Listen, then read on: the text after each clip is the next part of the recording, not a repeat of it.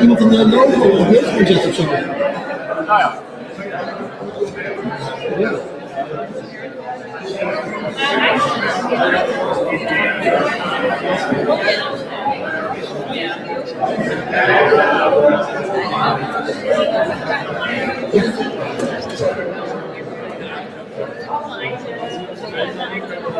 Dat soort dingen.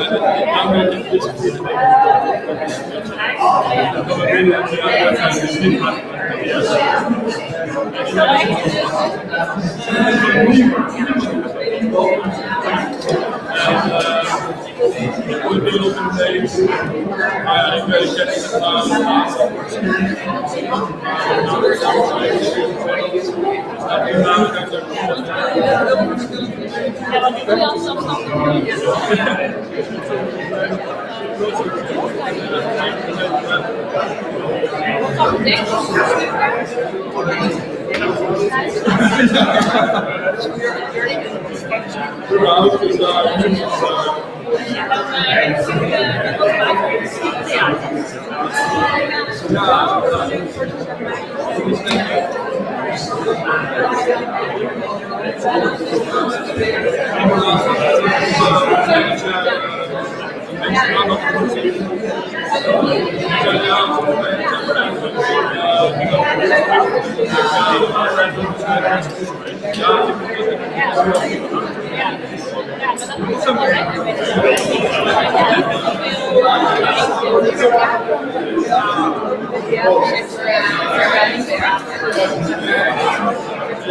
Wat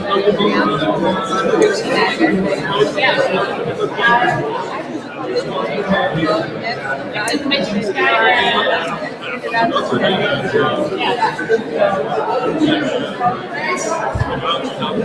Ga zitten.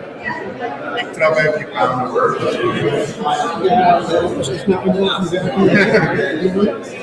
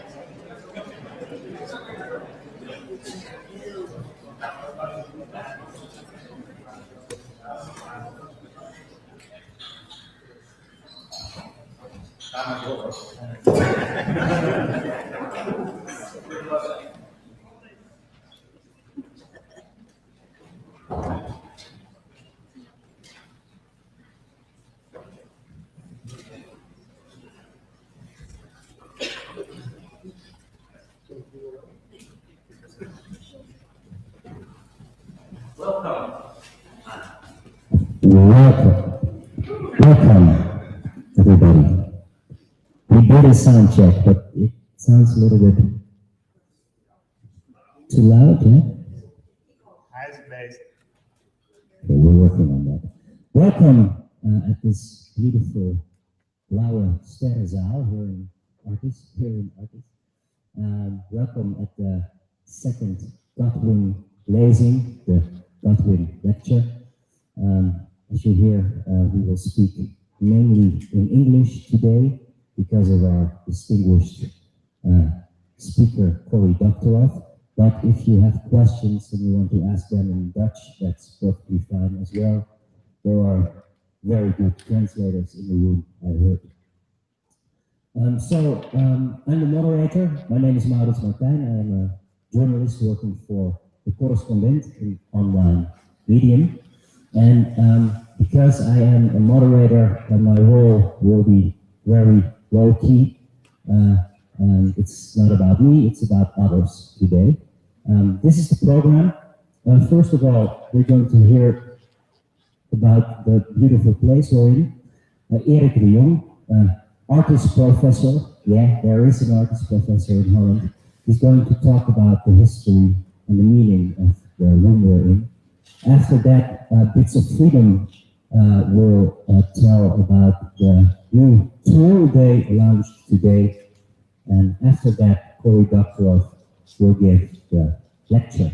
And after that, there is plenty of room for discussion and questions, etc. But because the program is packed, let's start. Erik de Jong.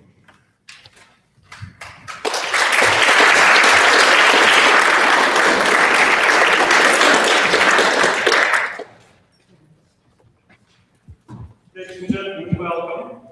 On behalf of Artis, the Royal Zoological Society, your Artis Magister, we thought it was appropriate to offer the space for this lecture. Zou je een microfoon kunnen gebruiken? Here, there is no microphone here.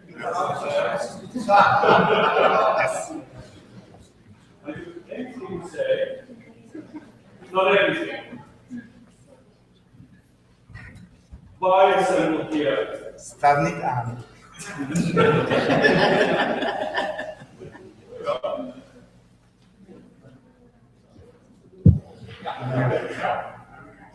Just manipulating it for me. Am I clear now? Yes. Why assemble here? These buildings, which includes the pavilions and the large building in between, where we now have Micropia, a new museum on microbes, a restaurant and studios, was built in 1872 to house the members of Artis. You had to be a member to come here and to make use of these premises. But the building is, of course, not only important because of the time in which it was founded. In 1939, the municipality of Amsterdam required the large hall, which is next door to this pavilion, to become a civil register. That meant that it was going to house all the data on Amsterdam citizens. And this, of course, became very, very important in view of the war and when the war broke out. Because here, papers were produced that could identify people for whom they were. And I have brought for you from my personal archive one such paper that was produced in that room. It is an identity card. And you see that this identity card is stamped with a G for Jew, because the information in this card, which was backed by all the information in the register, identifying this woman as fully Jewish since many generations, was therefore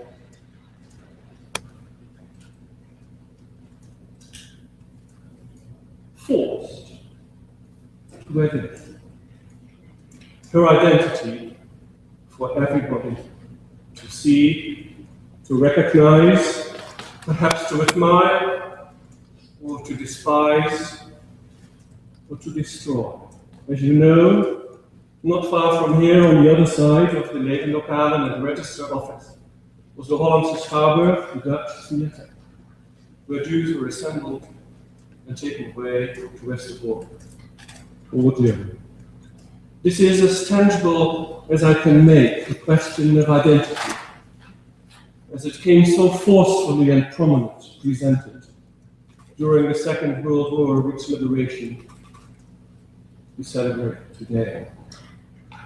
This was the reason that in 1943, a group of resistance under the guidance of Gerrit van der Veen tried to bomb the register office, and in fact, you see on this slide to the right, only to be partially successful, because not all data were destroyed as they had hoped. But since then on, this building somehow, even if you cannot read it from the outside, even though if you look during the restoration, we have kept traces of the fire in some parts of the building, especially in the roof, so you can read something of its history from that period. That building is nevertheless a lieu de mémoire, a place of memory, for whom almost everybody who passes it should read the small plaque with the names of those who were killed by the Germans because they did this act of resistance. But of course, even in wartime, people are resilient. And I brought from my own archive another identity card, but this is a false one. Here the same woman goes by another name, and under this other name, this Jewish woman lived with false data through the wall, saved herself, only to use her original card, still with the G on it, after the war, and she came back and took on a proper and true identity. That is what you assemble in this building. This is why you want to hear about our present discussions about data, about identity, and about its use and its misuse. Thank you very much.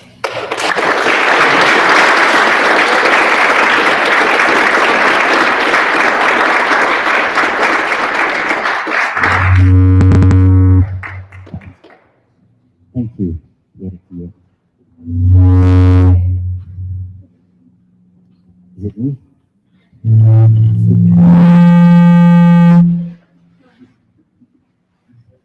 Kun je moet ik echt anders heen lopen? Nee, deze. Ga door. Okay, well, we go on. Hans, the floor is yours. Thank you.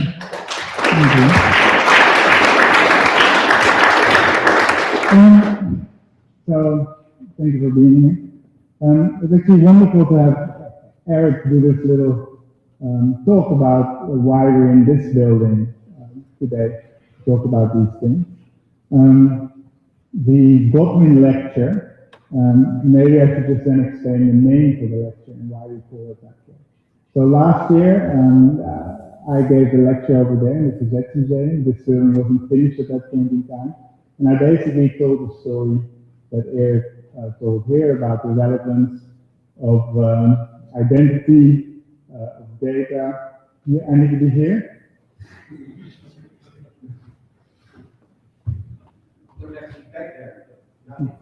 Okay, no problem. About the relevance of data in the current time and what we could learn from history about what that means. So Eric has very clearly shown that data is not just an asset that you can mine with algorithms to create personalized streams that give you the best commercial opportunities, etc. But data can also be a liability, and it's something that you should really, really think about. And the idea to do this lecture every year came from some people around the National Committee for Liberation Day.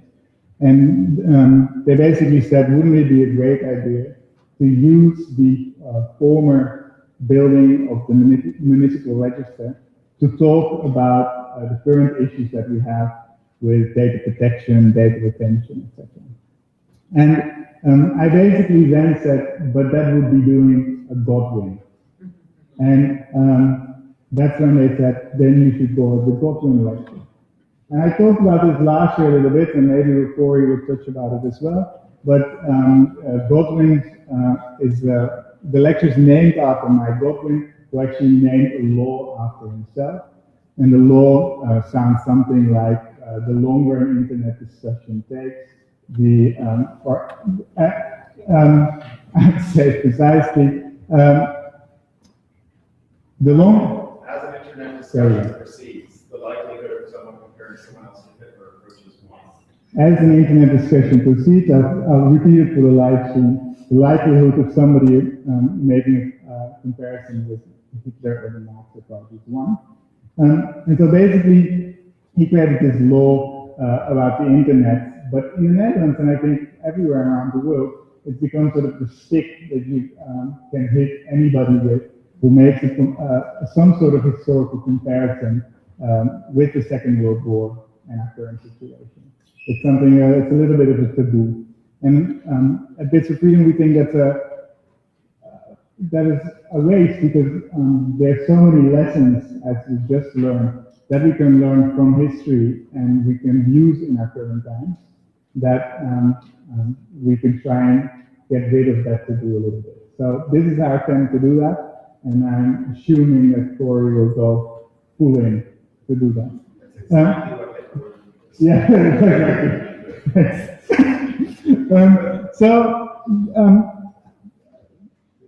As a start for this conversation tonight, I basically reposted what I did last year. I translated into English, or somebody translated in English, Benjamin is here, so I could send it to Cory so he could read it. What was interesting is that then my Godwin reacted to that on Twitter. He said, "You'll be pleased to know, I hope, that a friend forwarded me the translated version as soon as it was out." So I thought, this is my opportunity. So I basically said, more than pleased, would love to know what you think. Can you block the 5th of May 2024 to speak at the 10th anniversary? He then replied, certainly, I hope to be available then. I'll be 67. Then there's some sort of birth date controversy that I'm not privy to. And I said, okay, consider the date. And then my favorite reply came from him. He said, now I have something to look for.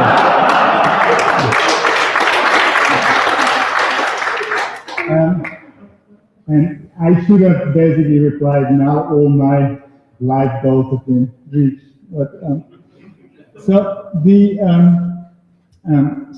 I hope we will get to do this every year, and I hope we can do it here.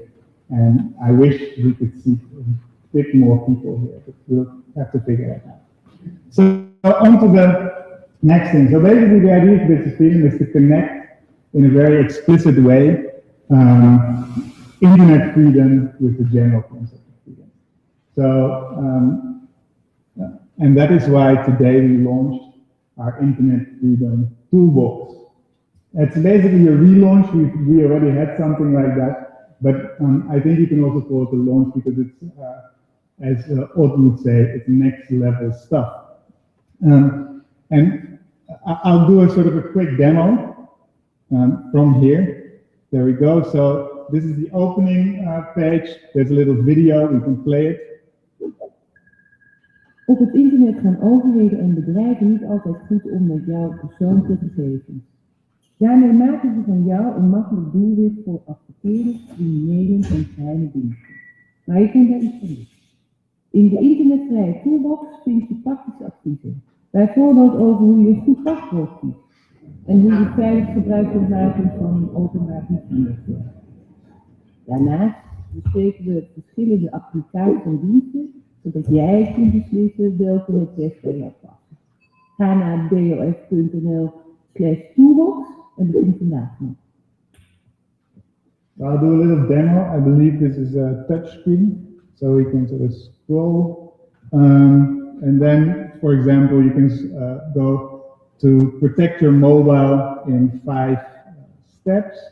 So here you see in the 5 steps that you can take. This is basically a playlist.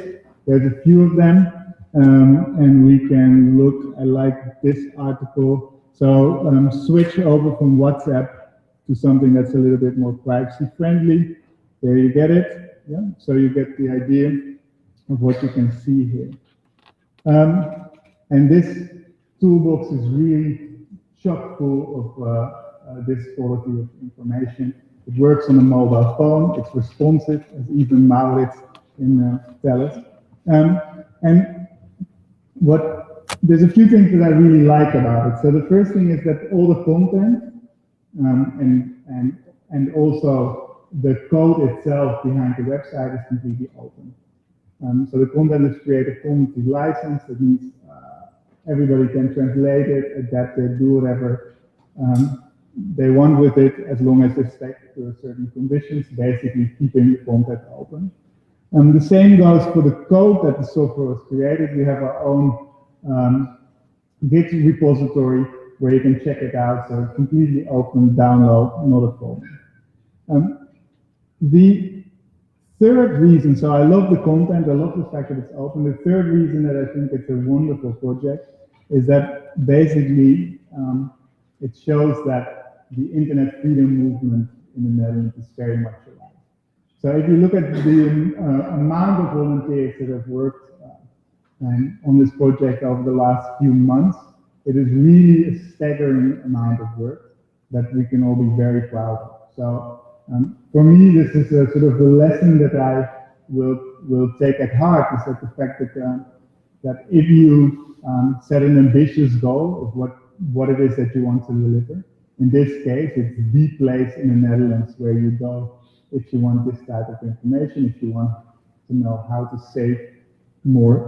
how to serve more safely, then it's the place that you go. So if you set a big goal, then people are willing to actually do a tremendous amount of work for that as a volunteer.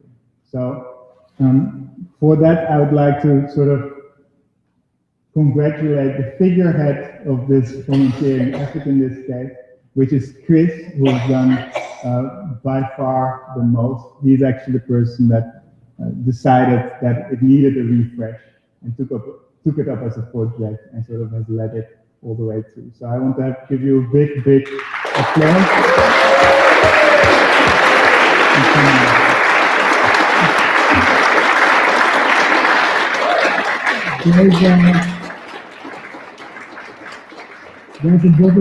There's a bulletin thing for you. I've had to make an agreement with Artis that you would not squirt it all over the audience, etc. So please just keep it here for now.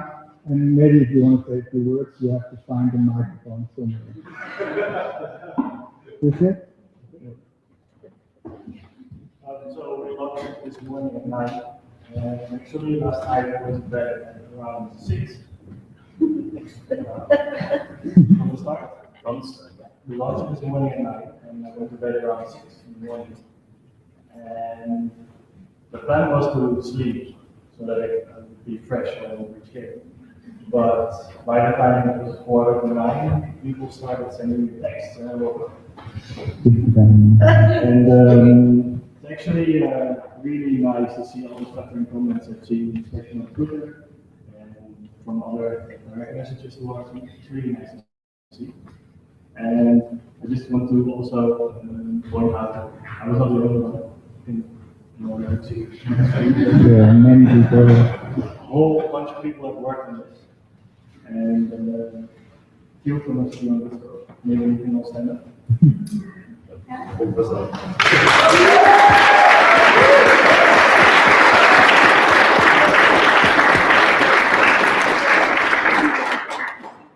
don't think I would have that first knowledge to fill the school books myself without these people. And besides, I would still be working on it right now, and maybe by next trip with maybe we've been ready. So really thank you. Really very fun. Very good guys. Thank you. Thank you.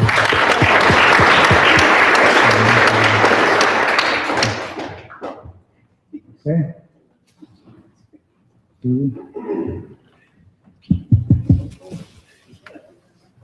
Okay. Yeah, how to introduce Cory Doctorow. I read a lot of his science fiction novels, which I liked a lot. Little Brother, Makers. He's an activist as well, journalist, writer.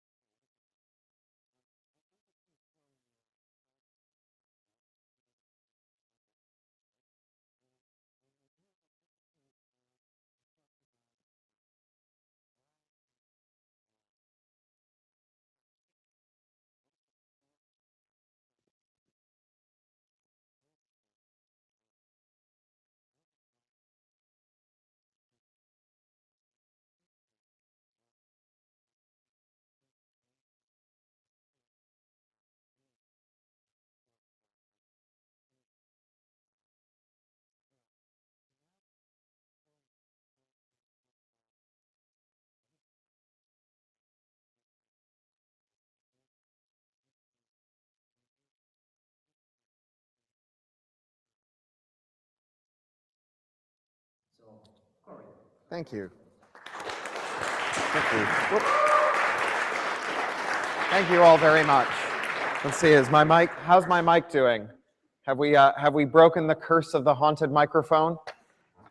Am I all right? Excellent. Thank you all very much. Thank you for having me.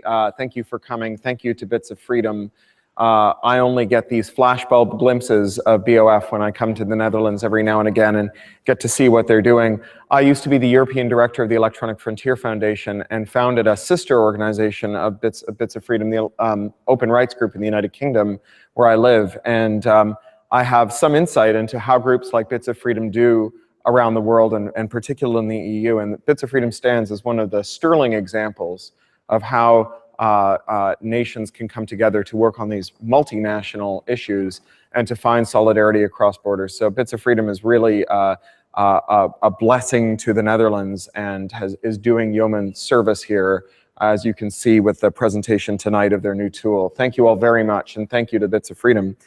I am, as you may have divined, one of nature's fast talkers. I used to be EFF's representative at the United Nations, and I would stand up and speak as slowly as I knew how, and I would turn around, and in the translator booths, 201, they'd be doing this. So I am going to invite you, you won't offend me in the slightest, when my mouth runs away from me, I've had enough coffee to kill a rhino already. When my mouth runs away from me, please wave me down and slow me down, and I will slow down. I won't be offended in the least. So I'm going to talk tonight about the NSA and about the Stasi and about surveillance and about the Godwin effect and Godwin's law and comparisons with the Nazis. The talk starts with a reflection on the world that we live in today. So the world that we live in today is increasingly a world that's made out of computers. And I don't mean that in the future we will all live in one of those promotional videos for the Internet of Things in which the world will have been made out of computers.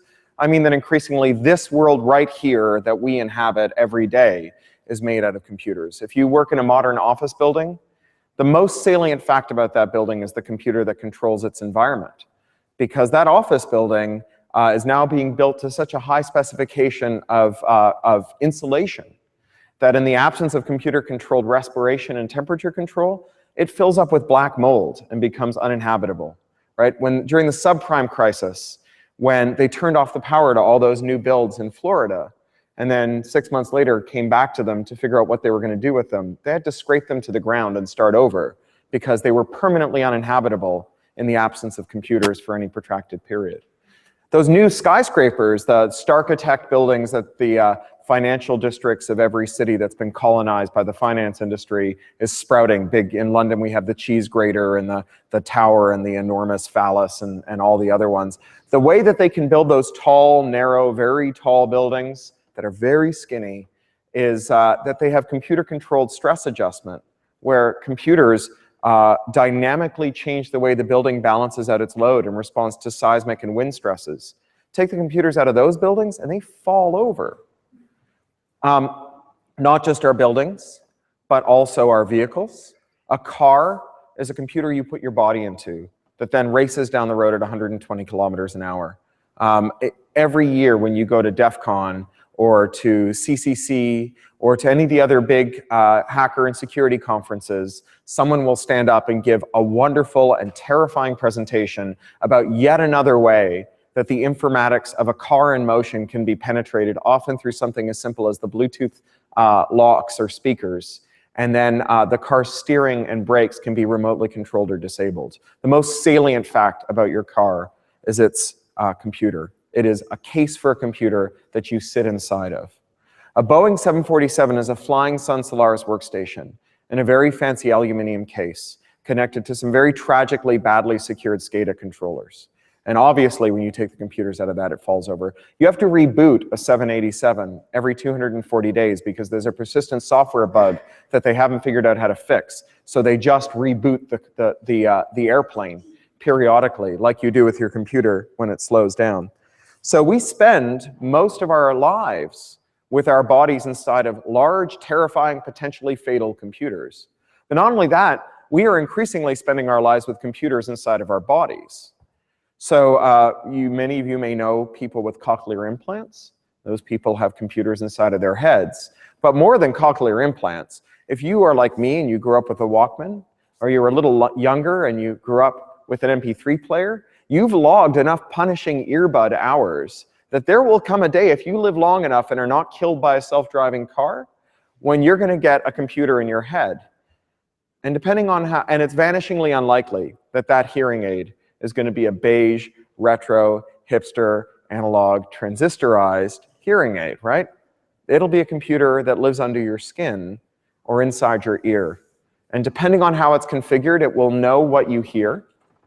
It will be able to tell other people what you hear. It might not let you hear some of the things that are said, or it may make you hear things that aren't said. It all depends on the policy we set on that computer. Implanted defibrillators are increasingly an area of concern. Implanted medical devices are wonderful. They keep people alive who would otherwise die. You may know someone who's alive today because in their chest is a battery attached to a computer that listens to their heartbeat. And when their heart loses the rhythm, it shocks them back to life, right? And doctors, they want to get telemetry off of those computers. They want to change their firmware. And it's difficult to attach a USB cable to a computer that's inside your chest cavity. So it has a wireless interface, right? Just like everything. All of our buildings these days, in addition to being computers, are microwave ovens. So it has a wireless interface. And researchers, including the late and lamented Barnaby Jack, have shown that from a distance of, say, 10 meters, they can detect and take over these implanted defibrillators and program them to give lethal shocks now or at some later date. At one point, Barnaby Jack said that he could make implanted defibrillators seek out other implanted defibrillators, like when you went to the cardiologist's office, and reprogram them over the wireless interface, seeding these lethal shocks from one computer to another. Now, this all may sound like science fiction because I'm a science fiction writer by trade, but it's really real today. I travel a lot. I'm changing the climate. Ask me how. And like everyone who travels a lot, I know the first law of traveling is ABC, always be charging, because your laptop is your lifeline to the rest of the world. So when I travel, my situational awareness means that in every room, I know where the electrical outlets are. So one day I was in an airport lounge and feeling very smug because I'd seized the only electrical outlet and was charging my laptop before the flight. And a man came up to me and very cheekily said, "Can I use that electrical outlet?" And I looked over my glasses at him and I said, "I'm charging my laptop before the flight." And he rolled up his trouser leg and he showed me that attached to the stump of his leg was a robotic leg and that he was robot from the knee down. And he said, "I need to charge my leg before the flight." And I said, "You know, you can have the electrical outlet."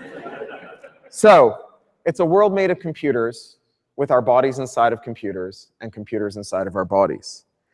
And that matters because computers pose an entirely novel set of regulatory questions that we are struggling with in many ways. Now, historically, when a technology was implicated in some kind of social problem, whether it was a car or the telephone or any other device that we imagined, we often solved that problem with some kind of technology rule. We said, your technology must do this or it must not do that. For example, in many places, they've done the maths and they've concluded that car phones are unsafe. And so they prohibited the inclusion of car phones in cars. Now, some people disagree with this, and some people say it's useless because now we have phones that aren't attached to our cars. But nobody ever said, you know, if you take the phone out of a car, it ceases to be a car, right? We understand that the features of most technologies are separable. They're not intrinsically entwined. A car is many things. It has a radio, it has seats, it has seat belts, it has windows, it has things that roll the windows down and roll them back up again, and it's still a car even if many of those things are removed or locked down. But computers aren't like that. Computers are an entirely new sort of beast on the earth. So before the war, when we wanted to do some kind of computation or calculation, we built a computer that did just that. When you needed to calculate ballistics tables, you made a computer that calculated ballistics tables. When you wanted to tabulate an election, you made a computer that could tabulate election results. When you wanted to do actuarial work for an insurance company, that computer was built by hand to that specification as well. And if you wanted to do a different kind of maths on your computer, in theory, like if you were stranded on a desert island and really needed actuarial tables, in theory, you could take that computer apart and rewire it to do a different kind of computation. But it was the least efficient way you could imagine. If you wanted to do a different kind of computation, you built a new computer that was optimized for that. And then came the war. And the war was fought on the basis of intelligence, right? It was the first really intelligence-intensive war. And on both sides of the war, there were really intensive efforts to try to design better ways of scrambling and descrambling messages in order to act on it, gather and act on intelligence. In the United Kingdom, that effort was led by Alan Turing, who everyone has heard of now, thanks to Benedict Cumberbatch. And he was part of a team that was especially aided by Polish mathematicians in exile. Also in exile was a group of Jewish Hungarian mathematicians, most notably János von Neumann, who fled to America and took up residence in the Princeton Institute with such luminaries as Albert Einstein, Gödel, and Freeman Dyson, where they worked on the project of building the first computer. And the efforts of the Poles and Turing and Einstein, Gödel, and von Neumann and the Hungarians emerged the modern computer as we know it. The Turing universal computer based on the von Neumann architecture. It's funny, von Neumann not only invented the von Neumann architecture, but he invented the non-von Neumann architecture. It's great. It's like when you've invented both ways of making a computer, you have to name both of them after yourself, but he told us which one he thought was better. So they developed a computer, the modern computer, that can run every program that we can express symbolically. So every program that we can write that is valid can be run on every computer we've ever made. Now, Turing completeness is a kind of magic in the world, right? Because we go from having a specialist tool for everything that we need to count, everything that we need to calculate, to having just one tool that calculates everything. And there's some subtle and important implications here. Like, all computers are in some important sense equivalent, because all computers can calculate all programs. Very old computers that are very slow by modern standards can run all the programs that we run on modern computers that are millions of times faster, albeit they may take millions of years to do it and consume all of the coal on the planet trying to heat up their vacuum tubes to get it done. But all computers are in this important sense equivalent. And it turns out that now that we've discovered Turing completeness, we can hardly get away from it, because there's lots of times when you don't want a computer that can run all the programs, right? There's lots of times when it would be really useful to have a computer that could just run a few programs. Like, you might want a computer that can just run a program that renders a page inside of a printer and turns it into ink and prints it out, but can't run like a port scanner that, once your printer has been infected, scans your local area network for computers that are vulnerable and takes them over and exfiltrates all your corporate secrets. That would be awesome. No one's made that computer yet, right? The computer inside the printer, once you take it over, can do anything that any computer can do. It's usually a pretty powerful computer. Oftentimes, people try to make non-Turing complete computing environments. Like, for example, you might, for some reason, decide the world needs another social network. I don't know what that reason would be, but you may decide this, and you may decide that you're going to let people express their individuality through the awesome power of a dancing unicorn sparkly GIF, it's pronounced GIF, at the top of their personal home pages on your social network. And you may give them a little toy language that lets them control the sprightly prancing of the glittery unicorn GIF.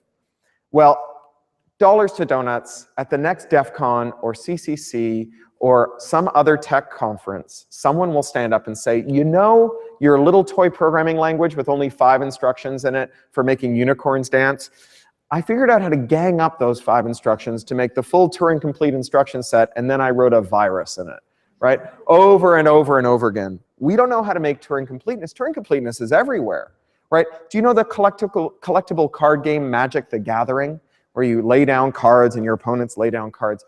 Magic the Gathering is Turing complete, albeit it takes a very long time to complete programs of any complexity.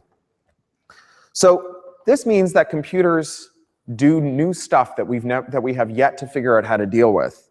And one of the problems that computers pose is a problem for businesses.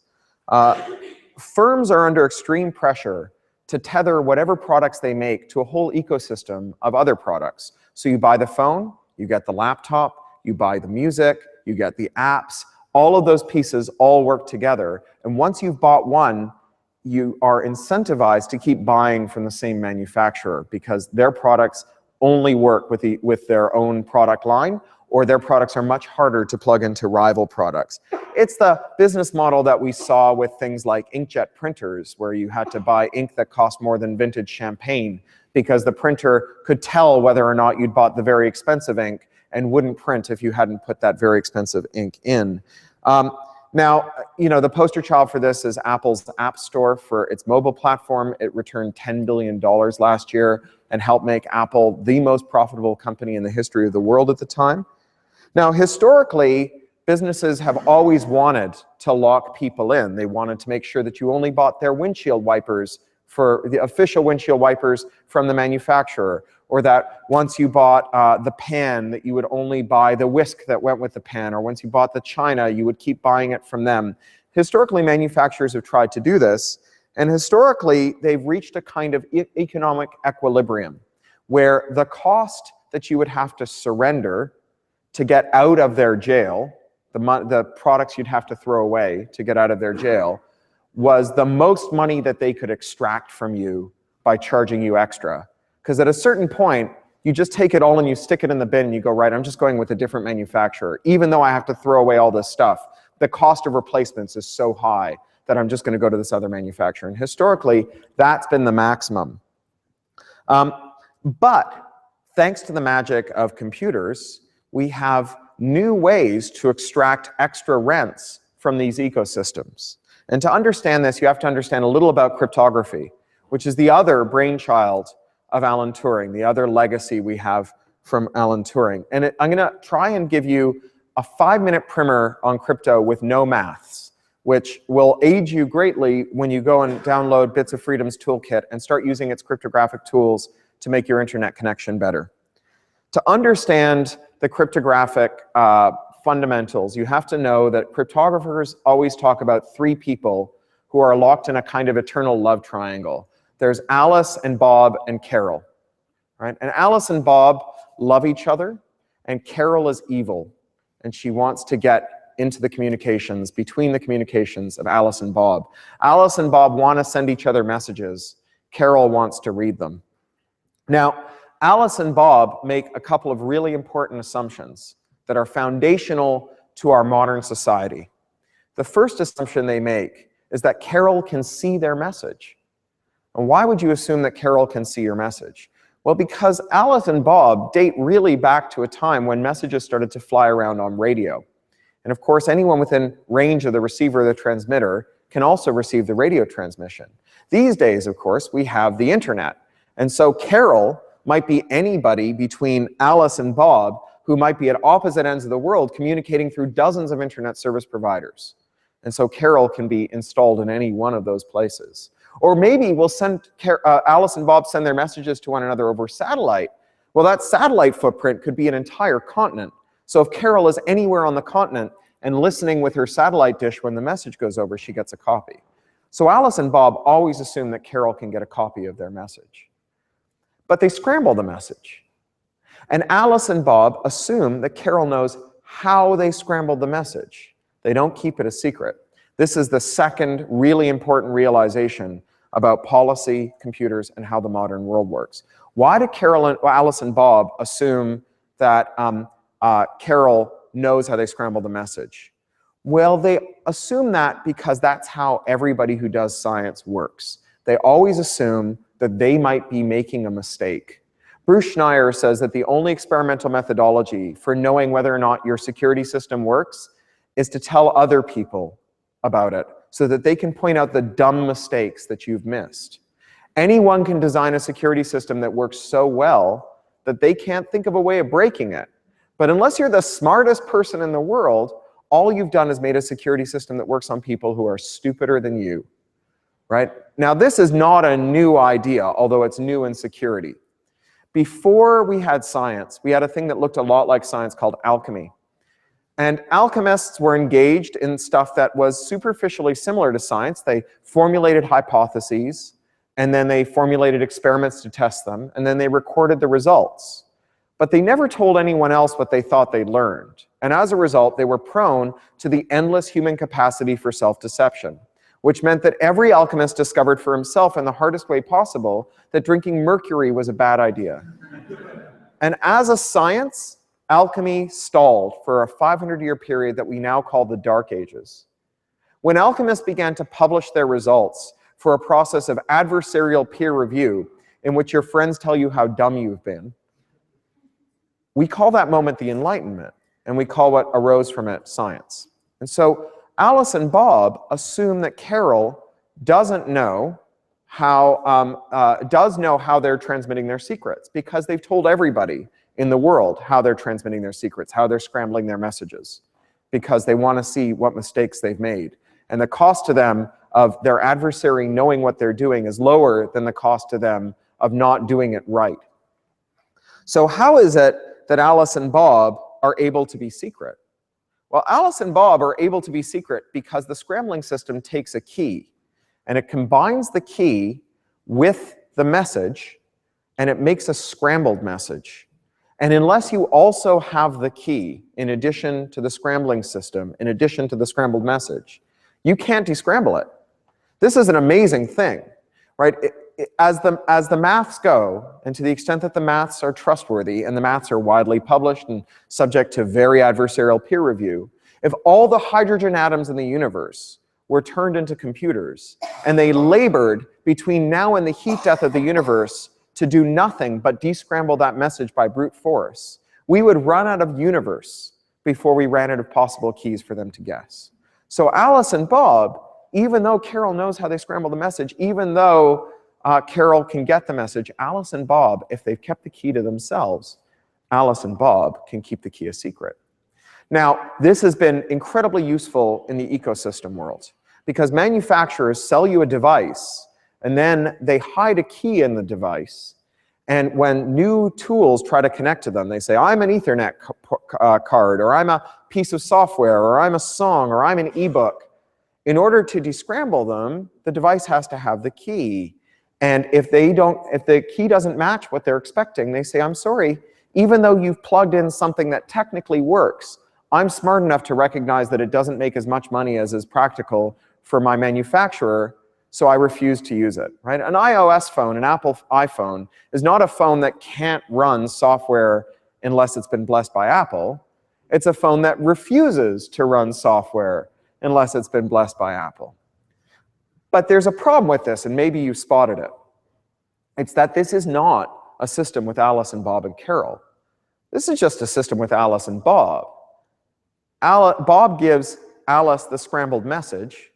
Bob gives Alice the key. Bob then crosses his fingers and hopes that Alice doesn't figure out where he's hidden the key, steal the key from that device, decrypt the message, and do all the things he doesn't want her to do, right? The technical term for this is wishful thinking.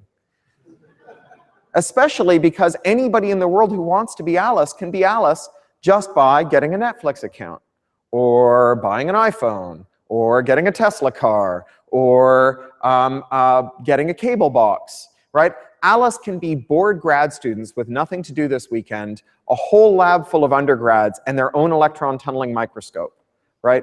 Anyone can be Alice.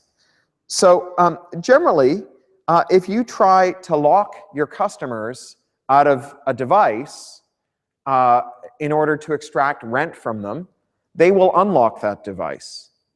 But businesses have convinced governments that it's legitimate to use the law to repeal Turing completeness. There is a meshwork of global treaties, starting with 2 UN treaties, the WIPO Copyright Treaty and the WIPO Performers and Phonographs Treaty, that came into European law through the EUCD in 2001, and into American law through the US Digital Millennium Copyright Act, into Canadian law through Bill C-11, and so on all around the world. And what these laws do in the name of preventing piracy is to make it a jailable offense to tell people about the flaws in their devices that they might use to extract the key, mistakes the programmers made that they might use to extract the key, to communicate that key, to tell people how to make devices that can break the key, or to break the key or make a device yourself that breaks the key.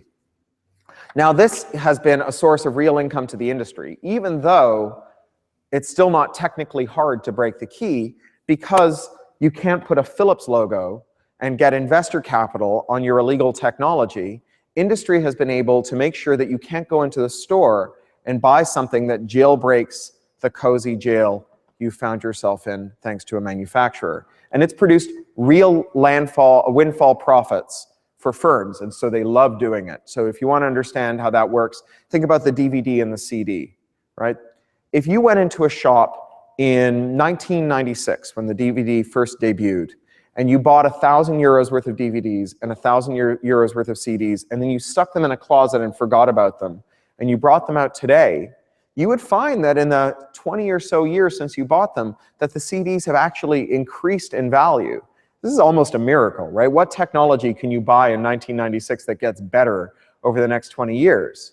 But because there's no lock on the CD, it was legal to make products that let you do more with your CD. If you put a CD into your computer will automatically launch a piece of vendor-supplied software that will offer to rip, mix, and burn that CD, to turn it into a ringtone, an alarm tone, to let your kids use it as the backdrop in their school presentations. You can put it in your YouTube videos. You can mash it up. You can stream it. You can back it up. You can do a million things with it that you couldn't do in 1996. Now, the DVD is almost the same technology. You read it in the same drive. You make it in the same factory. It's an optical disc, but it has a digital lock on it. And so no legal products have emerged that allow you to do more with your DVD. The only thing you could do with your DVD in 1996 was watch it. The only thing you can do with your DVD in 2015 is watch it. Not one new feature has been added to the DVD since then. So what that means is that if you've got a phone and you want to watch a DVD on it, the only way to do that legally is to buy that DVD again from an iTunes store or a Google store or an Amazon store. And so of course companies love this because they can charge you money for stuff that you already get for free. The problem is that this doesn't just impact user rights and people getting more out of their products. Because this includes a prohibition on discussing vulnerabilities or flaws in our devices, it means that the flaws in those devices live longer before they're independently discovered and patched. It means that our devices are reservoirs of long-lived vulnerabilities.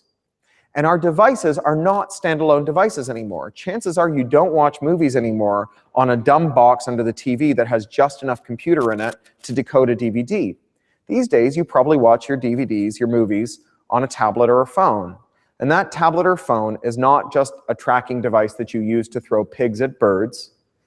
It's a supercomputer that you take everywhere with you, that knows who all your friends are, and what you talk to them about, and what they say to you, and where you are when you're talking to them. And it's got a camera and a microphone, and you take it into the bedroom with you, and you take it into the bathroom when your kids are having a bath, and it knows what your lawyer said to you last week, and it knows how to get into your bank account.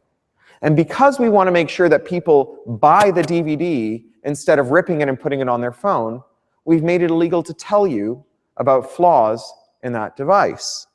And this is just the beginning. Because if you've ever watched those Internet of Things promotional videos that are super swooshy about the future we're all going to inhabit, you know that there's two things that people do when they walk into an Internet of Things building. The first thing they do is they use a gesture to control the lights. And the second thing they do is they talk to their house. You know, computer, tea, black, Earl Grey, hot, right? Well, what's a house that you can control by gesture and by voice? That's a house where every corner is on camera and microphone. And all of those Internet of Things startups are being born with the ecosystem inkjet toner iOS business model because their investors are demanding it. They're saying that the only way these things can come out of the gate and get investment capital is if they're designed so that once you buy one thing, you're incentivized to buy something else. And these vulnerabilities in our devices are used by malware authors who create horrific, malicious software that's used to attack us. And it's also used by spies to invade our privacy. And sometimes spies buy malicious software from malware authors to attack the people they don't like. A world where your devices are designed to distrust you is one where the corporations get you coming in and the governments get you on the way out again. So think back about a year and 2 months ago to the uprising in Ukraine, in Kiev, the Euromaidan demonstrations. So the city of Kiev was in absolute uproar. The main square was full of people who were opposed to the government. It got quite violent, as you know today. It didn't have a necessarily very happy ending. But one night after the demonstrators went home, they all got a message on their Angry Birds rectangle that said, "Dear subscriber, you are registered as a participant in an illegal protest. Your name is now on file." Now, how did they get that? They got it because there's this thing called a Stingray. That's a fake cell phone tower, mobile phone tower, that's marketed to police departments around the world, including police departments in the worst, most oppressive states in the world. And that tower sits there quietly, and it sends out a beacon to all the mobile phones, and it says, "I am a tower, are you nearby?" And the mobile phones all dutifully wake up, this is what they're designed to do, and says, "Yes, I am, and my unique number is XYZ," right? And then the tower says, "Never mind, I'm not available," and just quietly logs that information. Well, if you happen to have a friend at the phone company, like if you're a horrible dictator who can have the people at the phone company sent to prison, you can get the identities that correspond to all those numbers. And because those numbers are used to bill us for our mobile phone use, our phones are designed so that we can't easily change them. They're designed to make it as impossible as possible to change those numbers. So your phone rats you out whenever a Stingray comes along. So that's pretty bad. But California just passed a law to stop people getting mugged for their smartphones that requires manufacturers to have an over-the-air kill switch, so that if you call up and report your phone stolen, the manufacturer can send out a message directed to your phone that causes your phone to turn itself off, erase itself, and never turn itself on again. So here are a couple of scenarios. You're in front of a policeman who shoots someone. You pull out your phone to record it. That policeman has a facility to brick all the phones around the police shooting. Right? That's one terrible thing. But here's another terrible scenario. You may have seen the smart meters that are coming out these days. Smart meters are really important technology because climate change is real, and one of the ways that we're going to turn off our coal is by having the power to reach into people's homes and change their power consumption dynamically, so we don't have to turn on our coal-fired power plants. And so these smart meters are designed so that when the power hits peak load, everybody in the country can have their thermostat turned down by 1 degree if the air conditioning is on, or turned up by 1 degree if the heat is on. But imagine, and these devices are of course designed so that you can't walk back over to them and turn the heat back up, because that would defeat the whole purpose. And so imagine that next time this happens, instead of sending a message that says, "Dear subscriber, you were in an illegal demonstration," it says, "Dear subscriber, you were in an illegal demonstration. We've turned your heat off tonight. We hope you've learned your lesson." It gets worse than that, though. There are 1 million subprime autos on the roads in America. These are cars that have been attained with a loan that was given to someone who has a poor credit risk. And just like the subprime houses, the way that the lenders guarantee those loans, because they turn them into bonds that then produce return, the way that they keep those bonds valuable and ensure that the loans are repaid is they fit the ignition switch in these cars with remote kill switches and overrides. And so these remote kill switches, the first thing they do, it's like Orwell was so unimaginative. The first thing they do is, if you miss a day's payment on your car, a separate set of speakers different from the radio begin to shout at you, "You are a day late on your loan. You are a day late on your loan." But if you miss your payment for too long, or if you go outside the area that you're allowed to drive in the terms of your lease, the next time you turn off your car, you can't turn it back on again. So the New York Times profiled this, and they showed that it has all kinds of completely predictable, terrible consequences. Like, for example, there was a woman who had leased a car. She took her family out to the woods, her children out to the woods, to a place with no mobile phone service. It turned out to be just over the county line where she was allowed to drive in. She didn't know. They walked around the woods. It was getting dark and cold. Maybe there were wolves. They got in the car wouldn't start, and there was no way for them to call for help, and there was no one else around. That's bad. But remember the guy with the artificial leg?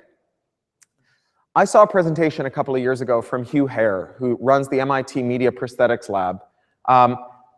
This is an amazing lab. He does amazing work, and unlike me, I'm a words person. He has a lot of good pictures.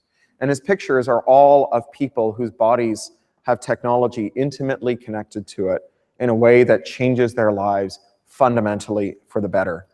And he clicks through the slides: hands, feet, neural prostheses, lungs, hearts, you name it. And then he gets to the last slide, and it's a picture of him mountain climbing, all in Gore-Tex, totally ripped, clinging to the mountainside like a gecko. And from the knees down, he's got prosthetic legs on. Now, he's been standing here like this the whole time, and he steps out and he says, "Didn't I mention?" and rolls up his trouser legs. I'm spoiling this if you ever see him speak. Rolls up his trouser legs, and he's got robotic legs from the knees down. And he says, "Yeah, I lost my legs to frostbite." And he starts running up and down the stage like a mountain goat, leaping, right? It is an amazing demo. So the first question anyone asked was, how much did those legs cost? And he named a price you could buy a brownstone in New York or a terraced house in Mayfair. The second question anyone asked was, who can afford those legs? He said, why, everyone. If it's a choice between a 60-year mortgage on a house or legs, you'll get the mortgage on the legs. Now think about how all this stuff fits together. A prohibition on jailbreaking, a device designed to let remote parties override your decisions on your computers and computers in your body. So when you miss a payment on your legs walk themselves back to the lender, right? When the police decide you've broken the law, your legs immobilize themselves. And when someone who can successfully impersonate the lender or the policeman gets a hold of their keys, then they can make your legs do anything they want. Which brings us to surveillance and cybersecurity.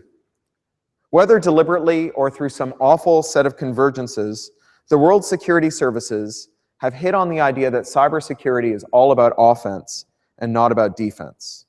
They spend $250 million a year in the US and the UK alone on a pair of programs called Bull Run and Edgehill, whose goal is to sabotage the security of our devices in our bodies, devices our bodies are inside of, devices we depend on for life and limb. Because if there's a flaw in a device and there's a bad guy using it and they know about the flaw, they can use that flaw to attack the bad guy. Now, they have started robust marketplaces for vulnerabilities in our devices. So if you're a security researcher and you discover a bug in an operating system or an embedded system or an application, you can sell it on to firms whose business is to turn them into weapons that can be used to attack people. And governments, security services, and police forces around the world, including some of the worst governments in the world, buy these weaponized vulnerabilities. And they sit there festering these vulnerabilities because governments, once they rely on flaws in our computers to do their job, governments are no longer capable of really, truly wanting our computers to be secure, right? If they depend on our insecurity, then they can't also be acting on behalf of our security. David Cameron, the Prime Minister of the country I live in for another 36 hours until our general election, David Cameron said as part of his election campaign that there will be no means of communication that the security services can't listen in on. This call was echoed by the FBI and by the US Attorney General. And here in the Netherlands, your parliament is considering a bill to allow the police to hack remotely, to buy and use weaponized vulnerabilities. Now, how would David Cameron create a United Kingdom in which none of us could communicate in ways that he couldn't listen in on? After all, hydrogen and atoms, universe run out of universe, right? Well, if we live in a world of app ecosystems, it's actually not that hard. Because if every computer is designed out of the gate to only run programs that have been blessed by the manufacturer, then all a state that wants to make sure that every program has a backdoor needs to do is show up at the manufacturer's door and say, as a condition of operating in this country, your app store can only carry apps that we can listen in on. So app stores, ecosystems, are part of surveillance, and surveillance needs ecosystems. Now, the modern world exists in a state of constant surveillance. In Europe, especially in the former former Soviet states, we like to draw these comparisons between the surveillance habits of the NSA and of the old Stalinist security forces like the East German Stasi. It's a kind of corollary to Godwin's laws. You heard Godwin's law is that whenever you have an argument that goes on long enough on the internet, someone will compare someone else to a Nazi. Well, whenever a government does something really unpleasant in respect of surveillance, someone will compare them to the Stasi, right? There's like something about German authoritarianism that just lends itself to this sort of comparison. But a cursory look at the actual numbers of what the Stasi did and what the Nazis and what the NSA do, beg your pardon, there's my Godwin slip for the night. Curse you, Mike Godwin! A comparison between what the Stasi did and what the NSA are doing shows that this comparison is profoundly inapt. Now, the Stasi hit its peak in 1989, just before the wall came down. And it didn't have the internet, it didn't have computers, and it really struggled hard to spy on people. It was hard graft back in 1989. There were 16.1 million people living in the GDR in 1989, and 264,000 of them worked for the Stasi in one capacity or another. That's about 1 in 60 people spying in East Germany in order to keep the population under surveillance. Today, it's hard to know how many people work in the spy industry, but the biggest number it could be is 1.4 million, because that's how many Americans there are with top secret clearance, and a bunch of them do other stuff. And all the other spies who are allied with America, like their total HR numbers are just a drop in the bucket of America. It doesn't shift it more than a couple of points. Once you've counted the American spies, you've counted most of the spies. There is a maximum of 1.4 million spies working on the global surveillance project. And they are spying on about 7 billion of us. That's an incredible ratio. That's a ratio of 1 to 10,000. So the Stasi, they were doing something like artisanal and handcrafted, right? There was workmanship in their spying. Today we're doing it wholesale. The Stasi used an army to put a nation under surveillance. The NSA can put a whole planet under surveillance with just 1 battalion. We tend to view the NSA surveillance project, and by NSA I mean all of the Western states who we think of as liberal democracies that don't spy on their own populations. We tend to view that surveillance project as some kind of weird aberration, like suddenly the spies have taken over and are now operating without adult supervision. But I think there's another explanation. I think that they've only really modestly increased their resources and staff, especially relative to the amount of power that they've got. They spent, relatively speaking, just a little more. If you look at the US black budgets, the most that the largest of the spy agencies grew by since the end of the Cold War is 4-fold, right? And they went from 1 in 60 to 1 to 10,000, right? So they've only spent a little more, but they get a lot more out of their dollars when it comes to spying. The reason they get a lot more out of their dollars is because of the internet, because of information and communications technology. This is an incredible gift to surveillance, a geometric lift in productivity. So I think that really what's happened is they went on spying with about the same amount of resources, but were able to do much more with those resources. Which begs this other question. Why are they spying? And why are they spying on us? Why are they spying on their own populations? Well, states spy for 2 reasons. One reason, rather. They spy for one reason split 2 ways. States spy to maintain internal stability against internal and external forces. So states want to endure, and they believe, often correctly, that there are forces internally and externally that would like to knock them down. For example, the Kim family in Korea, horrific dictators. engage in a program of mass surveillance that's domestic and foreign because they correctly believe that most people in Korea, given a chance, would hang them up from light posts. And most people outside of Korea wouldn't shed a tear if it happened. And some of them are working actively to make it happen, right? This is not saying that that I disagree or that I would shed a tear, but it's correct and rational for them in order to preserve the status quo to engage in surveillance.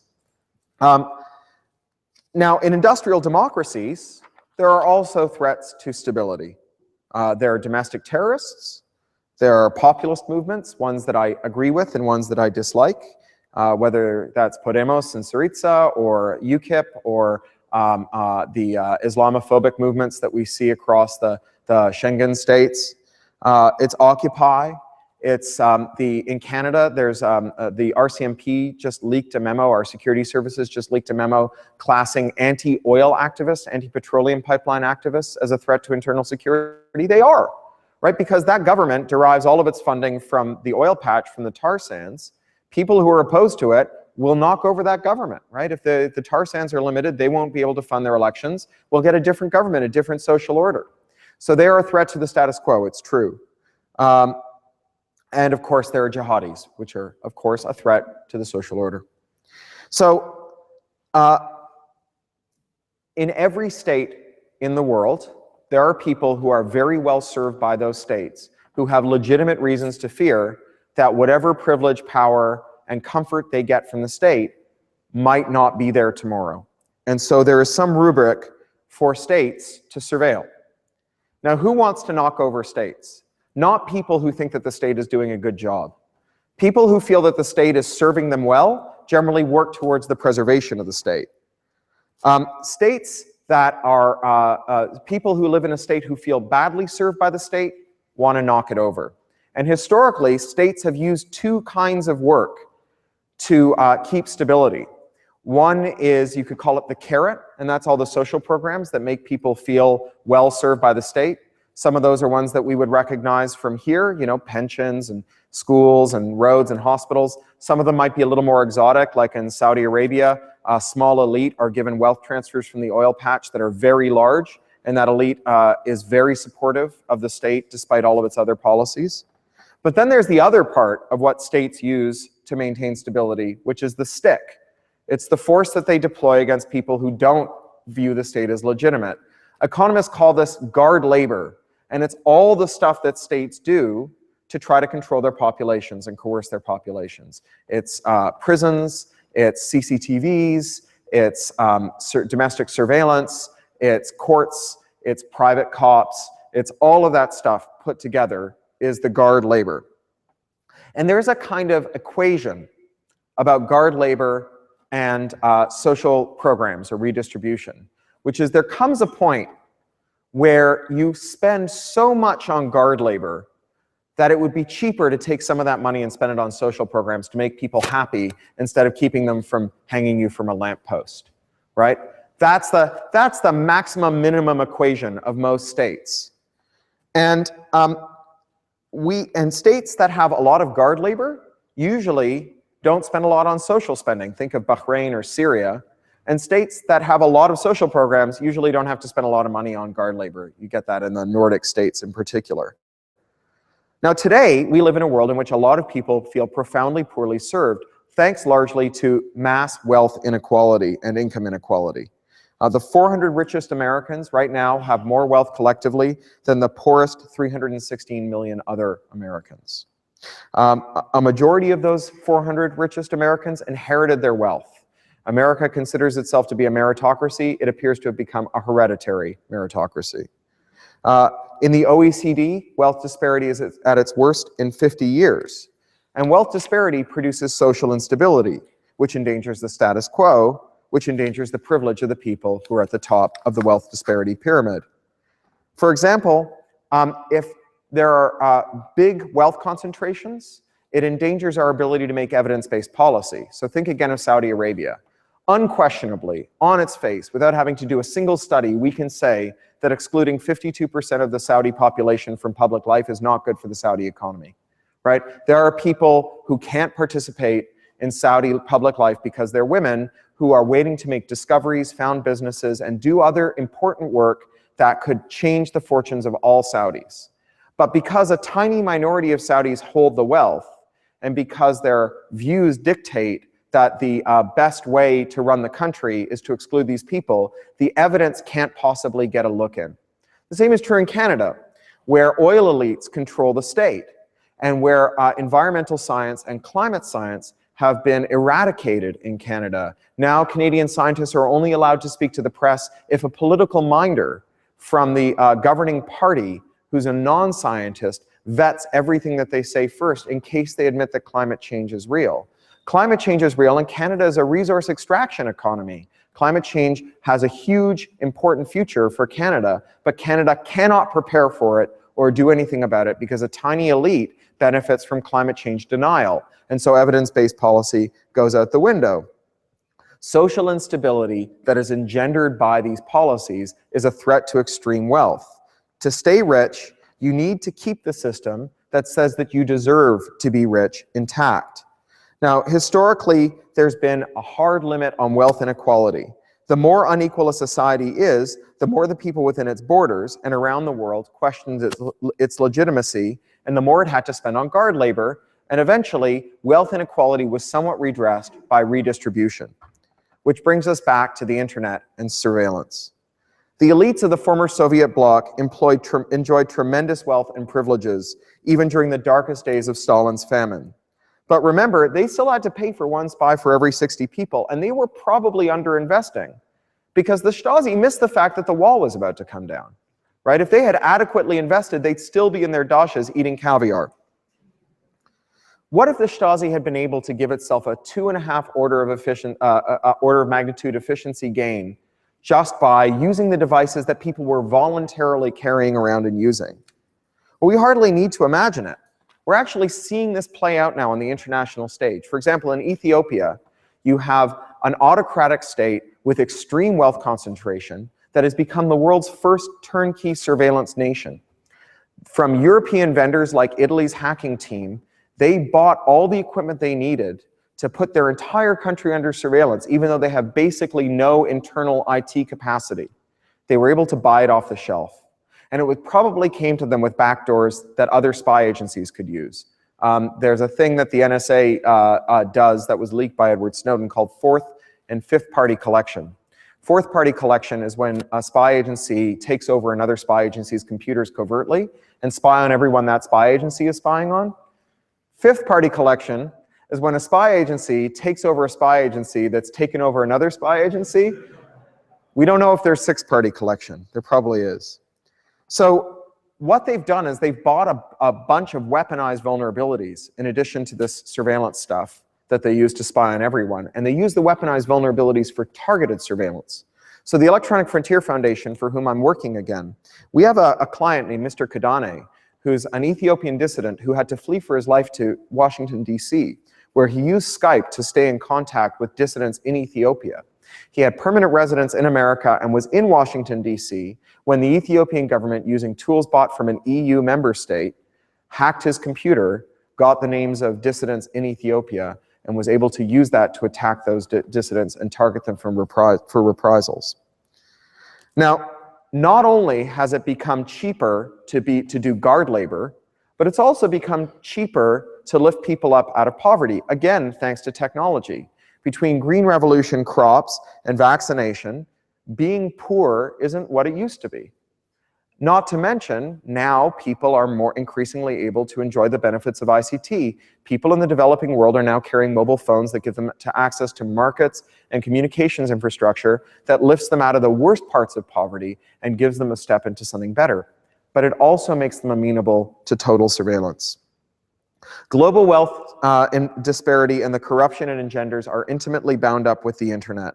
The ability of states to assert wholesale control at fire sale prices is a key factor in our widening wealth gaps. We are caught now in a global arms race between the power of technology to spy and the appetite of elites to amass greater fortunes, poised against the power of technology to shield us from surveillance and to allow an effective dialogue about fairness and political change to grow without fear of reprisals and surveillance.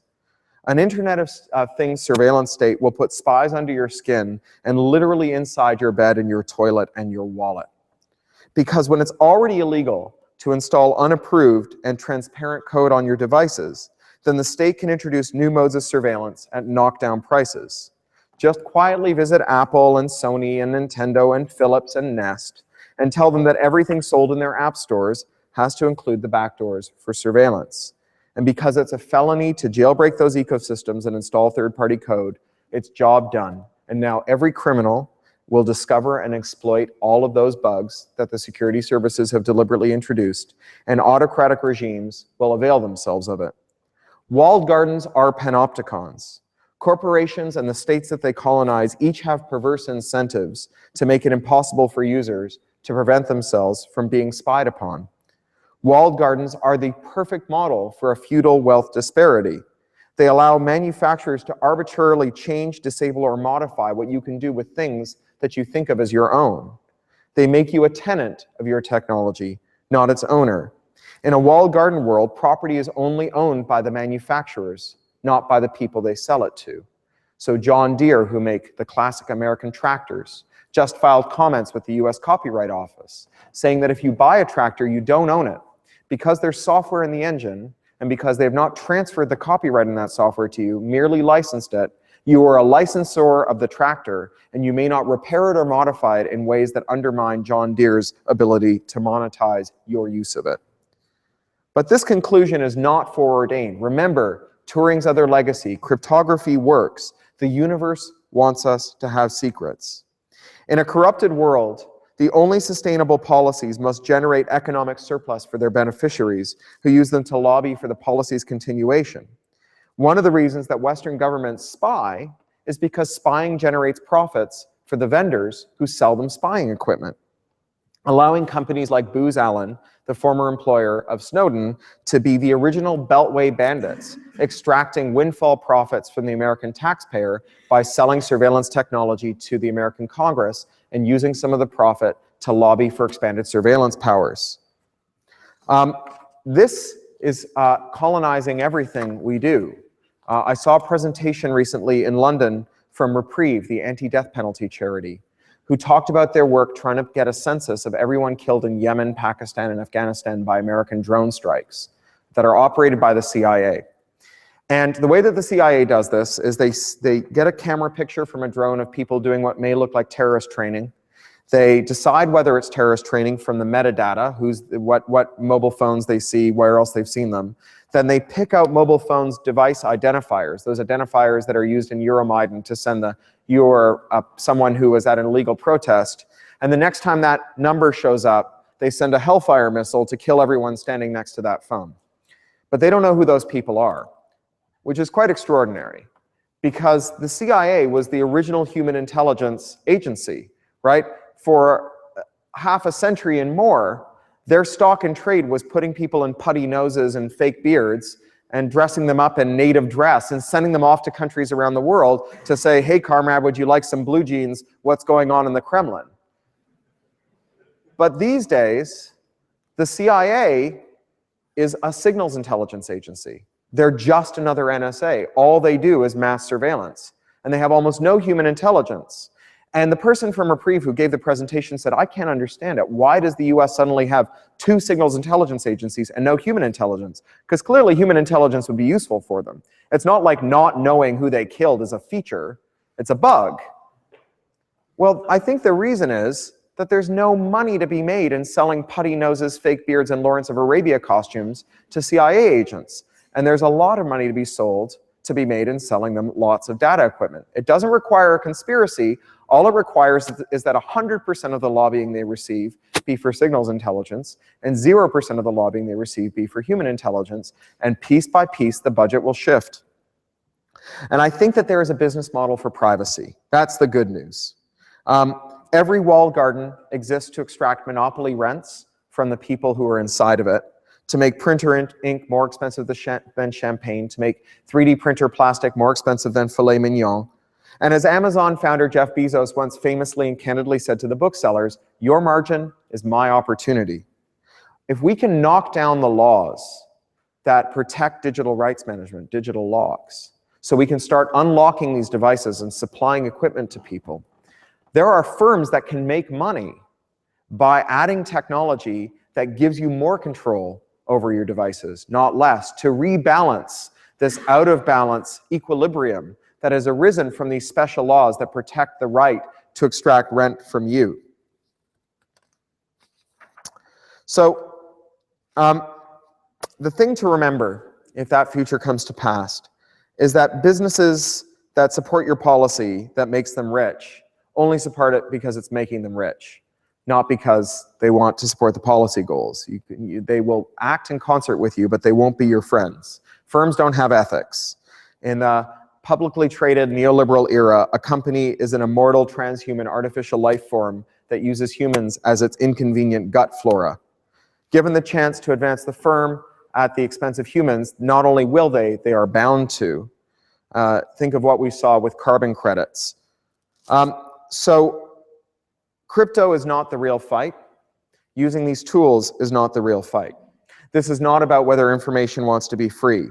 The world is reeling under fights that are 1,000 times more important than surveillance. The climate crisis, refugee crises, sectarian conflict, gender and racial and gender identity discrimination, economic disparity, corruption, and poverty. But the thing about every one of those fights is they will be won or lost on the internet.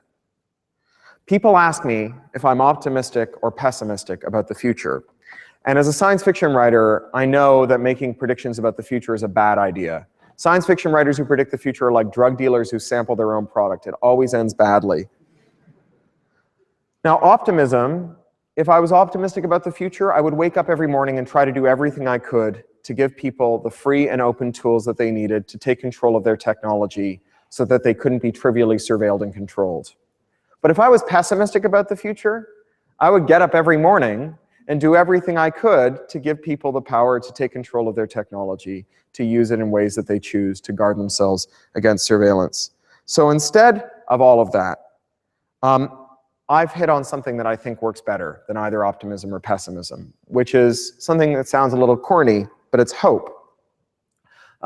If your ship sinks in the middle of the sea, as has been happening tragically these last weeks, the reason you tread water until rescue comes is not because you think rescue is coming. Most people whose ships sink in the sea never get rescued. But everyone who got rescued treaded water until the ships came. And if you were with someone who couldn't tread water for themselves, you would put their arms around your neck. And you'd tread water twice as hard until you ran out of energy, because your duty to the people around you is to support them. And we, as people who understand and care about technology, we may not know exactly how to solve this problem, but we know what the next step is. It's figuring out how to secure our devices. It's holding our governments to account. It's making these issues matter. It won't solve the whole problem, but it's the next step. And we who care about this stuff, we're surrounded by people who don't know that they should care about it yet, who think that if they have nothing to hide, they have nothing to fear, who think that it's all a lost cause anyway, who think that the CIA is all powerful, or the NSA or Google. It's our job to kind of help them along too, right? That's what comes to us, not because we deserve it and not because we're better than them, but because we have legs to kick right now.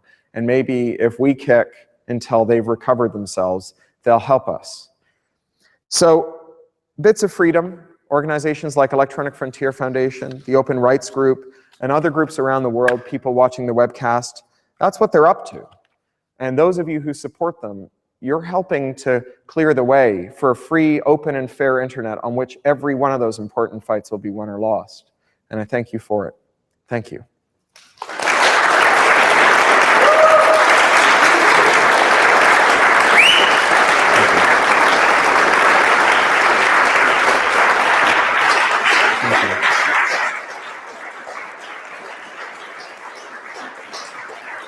Thank you very much. So we're going to have a little Q&A, and I mentioned before I like to alternate between people who identify as women or non-binary and people who identify as men. So start thinking about your questions. That's a serious one. Yeah, I'm serious about that. First question from me. Yeah. Cameron wins. Yeah. 7th of May. What country you move? Well, I don't think that there's any point in changing countries just because you don't like the government there. It's not like there's another country. If I move to another country, it won't be because there's a leader there who's better than David Cameron, because ultimately the forces that put David Cameron into office will put people just like David Cameron into office everywhere else. If I move somewhere else, it'll be for other reasons, and I'll fight just as hard against their government as I did when I moved to the United Kingdom. You know, the surveillance state in the United Kingdom was not erected by Tories. It was created by the Labour Party. The Tories perfected it, but it was created by the Labour Party. And so, just like the Bush era was characterized by the creation of mass surveillance in the US, and the Obama era was characterized by its radical expansion, it doesn't really matter where I go. I might move, but it won't be because of that. Are there any people who identify as women or non-binary who'd like to ask the next question? I know it's a bit hokey, but you know, my Q&A sessions tend to be kind of a sausage fest, and I haven't found a better way of getting a more representative set of questions than this. And I'm sorry if you feel put on the spot. I do sincerely apologize, because that sucks, but that's it. Yeah. Yeah. Does technology is that the question? Okay, so the question is, does technology really lift people out of poverty? It really does. So like the math is easy to do, right? $1 a day poverty used to be starvation poverty and infant mortality poverty at level like this. And now it's infant mortality at level like this because of vaccinations and modern sanitation, which are both technology stories. And thanks to the Green Revolution, which unfortunately is destroying our planet, which is the fixation of nitrogen out of the air through extreme compression. So that's where we get our fertilizers. We are getting crop yields that they're now diminishing, but for most of the last 40, 50 years, the crop yields have been astounding. And as Green Revolution technology spread around the world, it's meant that $1 a day poverty is not literal starvation. And now through ICT, there are lots of stories, and they're true stories, about people living in really terrible poverty for whom access to mobile technology, mobile internet telephony, gives them access to markets, not like distant markets necessarily, just like, I'm out with my fish, which port should I go to? And it makes the difference between starvation and having enough surplus income to send your children to school. There are lots of ways in which technology lifts people out of poverty. The problem, and this is an argument that people often make when we talk about wealth disparity, they say, you're right, the gap between the people living on $1 a day and the people at the top has gotten much wider, but the lives of people living on $1 a day have gotten much better thanks to the people at the top. And I think that that's not a valid argument, because the policy distortions, when instead of being responsive to the needs of everybody in a country, we're responsive to a tiny elite, then we make policy that can't possibly go into zones that would undermine that tiny elite's pet issues, sources of income, or biases. So even if it's true, right, even if we someday got to a point where productivity gains were so extreme that we could have a minimum basic income that gave everyone what would today be classed as a middle-class life, but 1% of the population was 1,000,000 times richer than everyone else, it would still not be a fair and democratic society, because our elected representatives would be unduly influenced by the extreme concentration of wealth. Any dudes who'd like to ask a question? Come on, I know you all want to. Yes, go ahead. So, obviously, for your next year, I was I was asking myself whether you were also telling a tale about technological determinism. Mm-hmm. So, in the end, I had a feeling that I was left with a feeling that sort of the internet or technology tends towards communication freedom, more communication freedom, and less privacy. So, how do you feel about that? So the question is, is this technological determinism? What is it that technology gives us, and is it determined from the outset? There are things that communications technology gives us that are unequivocal, and the big one being communications, right? I mean, it's really true that when you have more communications technology, we communicate more. And communications is really important. because historically the communications have been a proxy for efficiency. Efficient communication has been a proxy for efficient work. The origin of our species is in the project to figure out how people can work together. So our neocortex dates back, which is the new bark, the part of your brain that wraps around the outside. It's the latest addition to the primate brain. That dates back to a time in which our hominid ancestors began to work cooperatively. And among other things, our neocortex is used for our social relationships. And it really was about, you know, you look out for tigers, I'm gonna go for fruit, and that guy's gonna watch the kids. And it's all about letting us do more than one hominid could do all on your own. You become a super hominid. And we now use organizations and communications to let us do more than any one of us can do, right? Like the reason we have churches and terrorist organizations and corporations and families and nonprofits and all of the other kinds of organizational units we have is because there's a project that one person can't do on her own. And so you need to find an institutional structure that lets more than one person work together. And you have to spend some of your energy making sure that you're both walking in the same direction, that one of you isn't building something that the other one is taking apart. That's the transaction costs of working together. And what technology has done monotonically since its introduction, information and communications technology, is lower transaction costs so that groups of people can do more with less organizational overhead.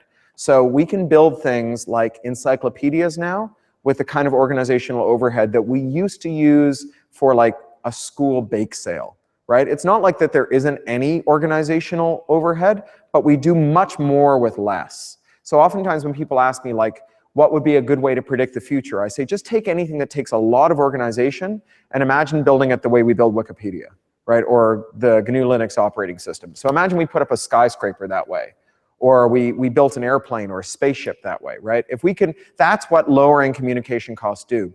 And it means that organizations, we can do more without having to have hierarchies and leaders, and our hierarchies and leaders can be less important and flatter and still get the same work done. So that's a really important change in the way that we work. But it has this paradoxical effect, which is that if you have a hierarchy and a leader, it can do more than it could ever do before, right? And so that's the story about the NSA being able to use ICT to expand its reach from the one spy 60 people to the one spy 10,000 people, because that organization can do so much more with its organizational overheads.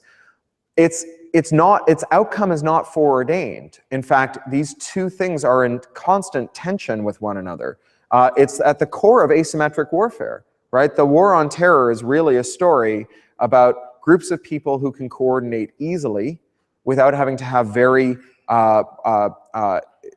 rigid and formalized hierarchies that are easily disrupted by the state and can be knocked out. You can knock out the power control, the power structure, and the whole thing collapses. You remember when Osama bin Laden died and the war on terror ended, right? It turns out that like you can build a structure that is resilient against that because we have ICT.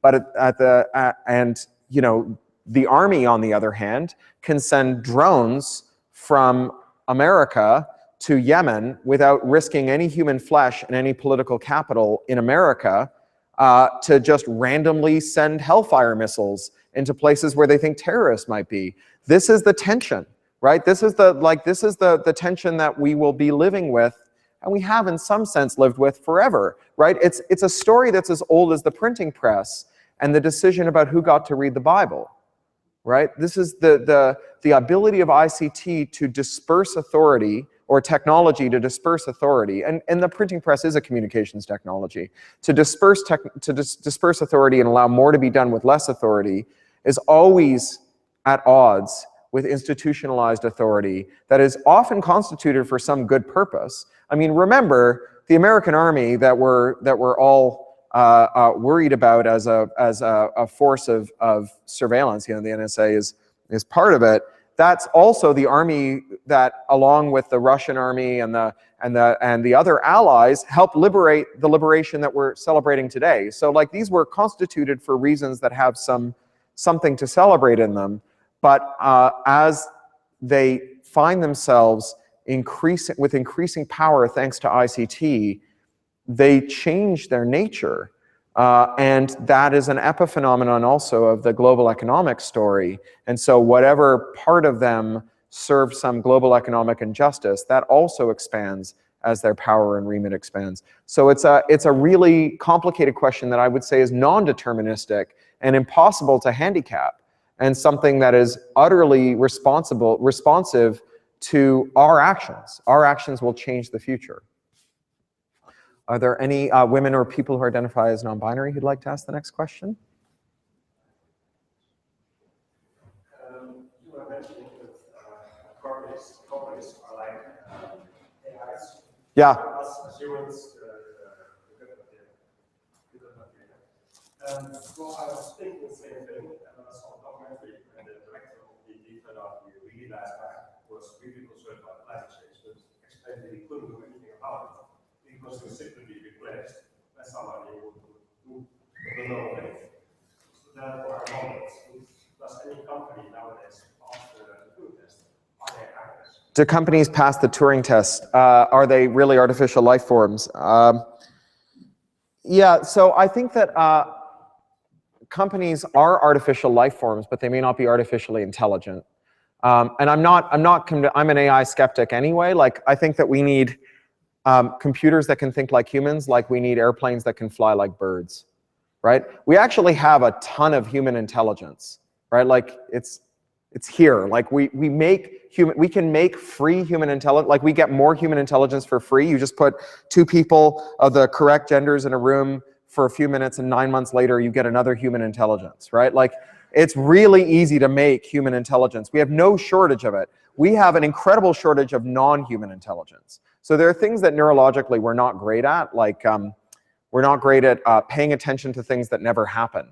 This is why people who work at airports are really good at spotting water bottles and always miss the fake bombs, because you cannot keep neurons tasked to things that don't happen. Your brain is efficient and takes the neurons that you've told it to task to something that never happens and puts them against things that you really need to get better at, like spotting water bottles. And so we just, we could really use non-human intelligence. So I don't think that we have that the Turing test matters. I think the Turing test is a distraction. I think AI is a distraction as we think about it. I think intelligence that's not like humans is way more important. And worrying about whether that intelligence will hate us is like worrying about whether planes will deliberately drop, bombs on us or poo on us because they're artificial birds, right? If an AI acts maliciously towards us, it will be for reasons that are not human motivations. So that all said, I think that science fiction, as you heard before, science fiction is a great predictor of the present. And it's not that science fiction writers are great at predicting the present, it's that science fiction writers predict all the futures, and the ones that most closely resonate with our fears about the future, which are rooted in the technology around us, or our hopes for the future, those technologies, those stories become popular. And the stories that have been popular since the era of the neoliberal reforms have all been about these vast intelligences that we spawn that don't need us, except as a kind of incidental support system. So whether that's Skynet or it's The Matrix, right? The Matrix, it's really interesting to think that The Matrix is popular. It's a very beautiful movie, but it makes no sense, right, on its face. Like, do you remember the part in The Matrix where they say, we keep all the humans in this huge vat because they're great batteries? Like, all the biologists and physicists and anyone who has like a remote understanding of technology looked at that and said, wait, you grow food, and then with energy, and then you feed the food to the humans, and then the humans' metabolisms produce body heat? Why didn't you just burn the fuel that you used to grow the food, right? But I think that we resonate with the stories about these huge, uncaring machines that view us as surplus to requirements and keep us around only because they use us to reproduce, because we kind of inhabit that world.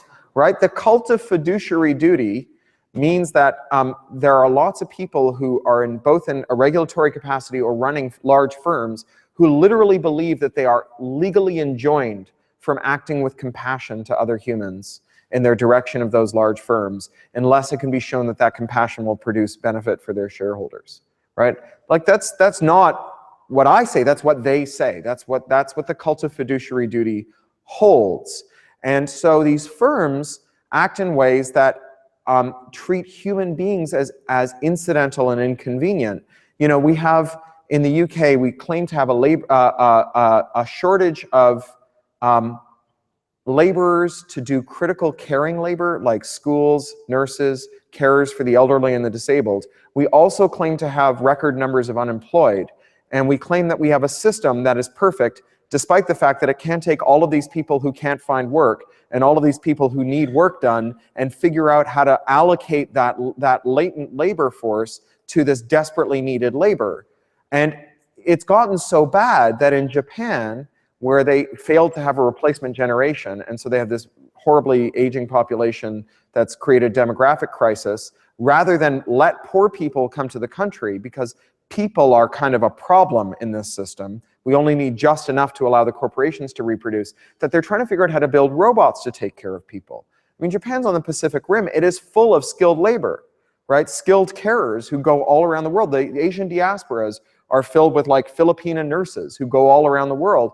But Japan can't countenance the idea politically that people from another country will come and take care of their elderly who are going to end up living in these horrific senescences, because we have this weird idea that people are a liability. And they are only a liability if your view of the world is that the world exists to produce corporations that produce shareholder value, and not to produce efficient allocation of resources and labor for the humans on it and other life forms. I don't want to inquire too deeply into your orientation, but if there are any women or people who identify as non-binary who'd like to ask the next question. Yes? I have a bit of a practical question. Sure. Because I'm a woman, I don't know. Do you yourself take measures to protect your own privacy in your daily life? What's my operating security like? Yeah. Well, it's imperfect, right? I know enough to know how imperfect it is, but I do stuff that's better than nothing. So I encrypt my hard drives, which is a good idea anyways, because your hard drive isn't just full of all of your information, it's full of all of everyone else's information that they sent to you. And you know, you will lose or have at least one computer stolen in your life, and it will have all of the data you've ever generated up to that point on it, so it's responsible to everyone else to do that. So I encrypt my phone, I encrypt my hard drive, I have good passwords. I use encrypted proxies to talk to the web sometimes, especially when I'm on networks that I'm uncomfortable with or doing stuff that I feel is sensitive. That's not as good as doing it all the time. There's a real problem with only using encryption when you're doing something sensitive, which is that it's easy for someone who's doing enough surveillance into you to figure out what you're doing. If you send me an email that's not encrypted, and then I immediately encrypt my computer, my connection, and do a bunch of stuff they can't see, and then uncloak and send you an email back, anyone who's watching all of that can go, oh, he went dark so that he could answer this question, which I can see, and here's his answer. And from that answer, I can infer everything he did in between. But our encrypted links aren't fast enough yet to stay encrypted all the time. There's times when we have to decrypt, which is a problem. I use secure open operating systems on my phone and my laptop. I use Ubuntu, which is a flavor of the GNU Linux operating system on my laptop, which is not harder or easier than the Mac or Windows. It has parts of it that are a little bit more difficult, I find, as a user of who's used all of them, and parts of it that are lots easier. Mostly it's just different. And so, you know, the closest analogy I've ever found to it was we did up our kitchen once. We had builders come and change our kitchen, and we moved the cutlery drawer. And for 2 weeks, I walked over and I reached for a drawer that wasn't there, right? And then 2 weeks later, I never reached for it again. And when I first started using a different operating system, I went to the wrong place to do something for 2 weeks. And then I remembered it, right? If you're paying attention to your operating system, something's wrong anyway. So I use that. I use Ubuntu Linux on my laptop, and I use a version of the Android operating system called CyanogenMod that is more open and more trustworthy, although again, not perfect, on my phone. And the whole goal of all of this is not to make it impossible to spy on me, right? Like, I'm not Edward Snowden, right? Like, if I'm not in the lighthouse beam or the laser of surveillance the way that Edward Snowden is. But what I want is for surveillance of me to cost something. Because right now, one of the reasons that there's so much spying is that there's not really, from a cost perspective, any reason not to.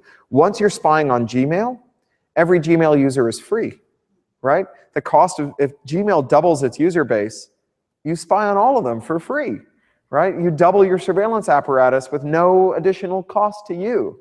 If it cost 10,000 euros to spy on someone, the security services would only spy on people that they were really worried about. And you know, that's kind of my target, is to hit a place where it would cost 10,000 euros. You'd have to pay people to follow me around. You'd have to pay someone to sneak in my hotel room and put a camera over my keyboard. You'd have to, you know, subvert my friends, or, you know, whatever, right? You'd have to do stuff. And cops can do that. Cops have big budgets. They can do that when there's genuine bad guys out there. You know, my bus got blown up on the 7th of July in 2005 in London. My wife's train got blown up by terrorist extremists. I was overseas teaching that day. And so my wife slept in, right? Otherwise it would have been my bus and her train, right? And so, you know, I want cops to catch bad guys. I just don't want them to spy on everyone. And so if we make it so that they have to only spy on people that they have some particularized, articulatable suspicion, and they are resource constrained in that surveillance, then they will have to make wise decisions, and they no longer can run around acting like they're in a Tom Clancy novel. So one more question, is that it? That's it. Oh, last question. No pressure. Any questions? No? All right then, I think there's a reception and drinks maybe? Oh, well, thank you. Thank you, yeah. Cory Doctorow. Thank you.